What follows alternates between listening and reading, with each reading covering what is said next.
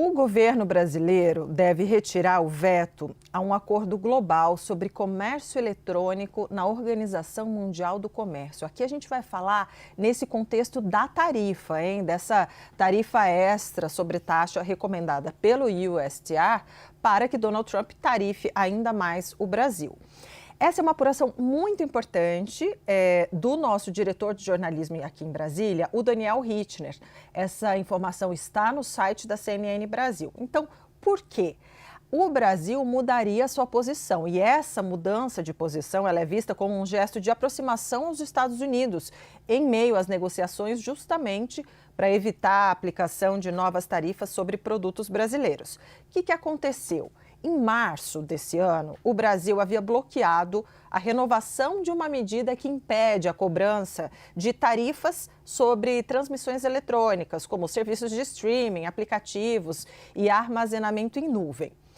Pois bem, essa decisão do Brasil, lá em março, provocou uma forte reação da equipe comercial americana, irritou o secretário de Comércio dos Estados Unidos. Agora, o governo Lula avalia fazer o quê? Mudar de posição e aceitar, assim como queria os Estados Unidos, prorrogar a prorrogação do acordo por até 5 anos, que era, daí seria uma posição alinhada à proposta defendida por Washington.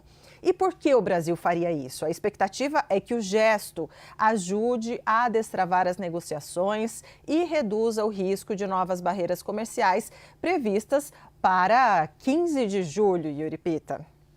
Vamos agora falar com Fernanda Manhota, nossa analista de internacional. Meu boa tarde a você. Ficou claro qual o critério usado pelos Estados Unidos nesta nova ameaça de taxar países como o Brasil, entre outros, por causa de uso de trabalho forçado, Fernanda Manhota?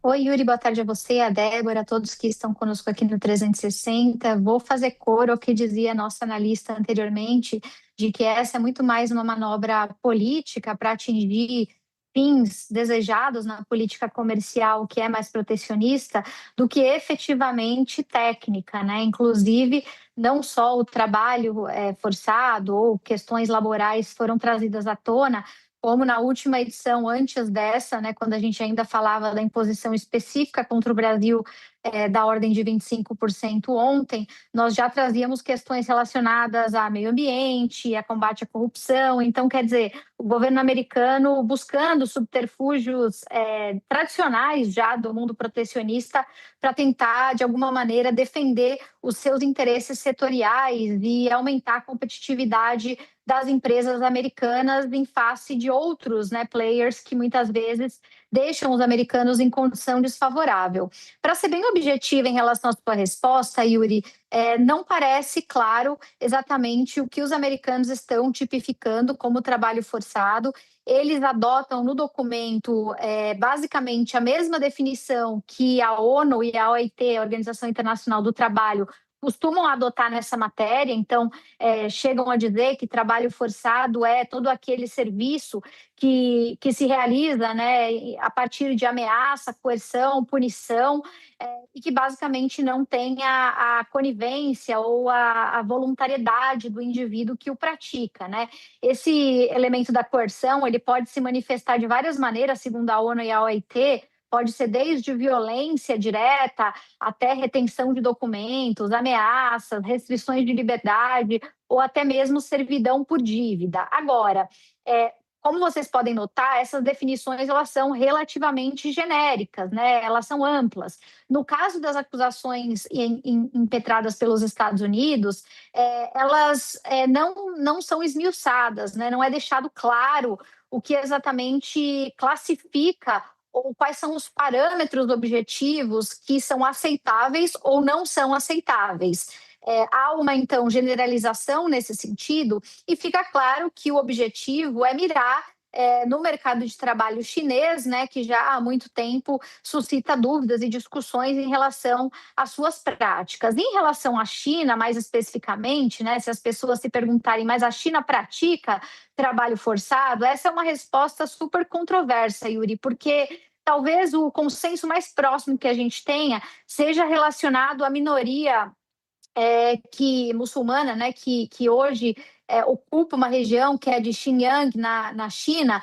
Nesse caso em particular, existem alguns indícios, inclusive missões da própria ONU e relatórios que foram produzidos sobre excessos, né, praticados ali. Então, o próprio Alto Comissariado da ONU para Direitos Humanos, em 2022, falou sobre indícios de coerção. O governo chinês rebateu, disse que aquilo, na verdade, eram políticas de combate à pobreza, capacitação profissional. Então, nessa matéria em particular, tem uma controvérsia. Agora, tirando o Xinjiang particularmente, as evidências são bem mais dispersas e muito menos consensuais. Então, quer dizer, é um debate por si só, mal resolvido, não esclarecido, e no caso do documento dos Estados Unidos em específico, de novo, a definição é ampla, mas as evidências e os parâmetros carecem de objetividade, Yuri.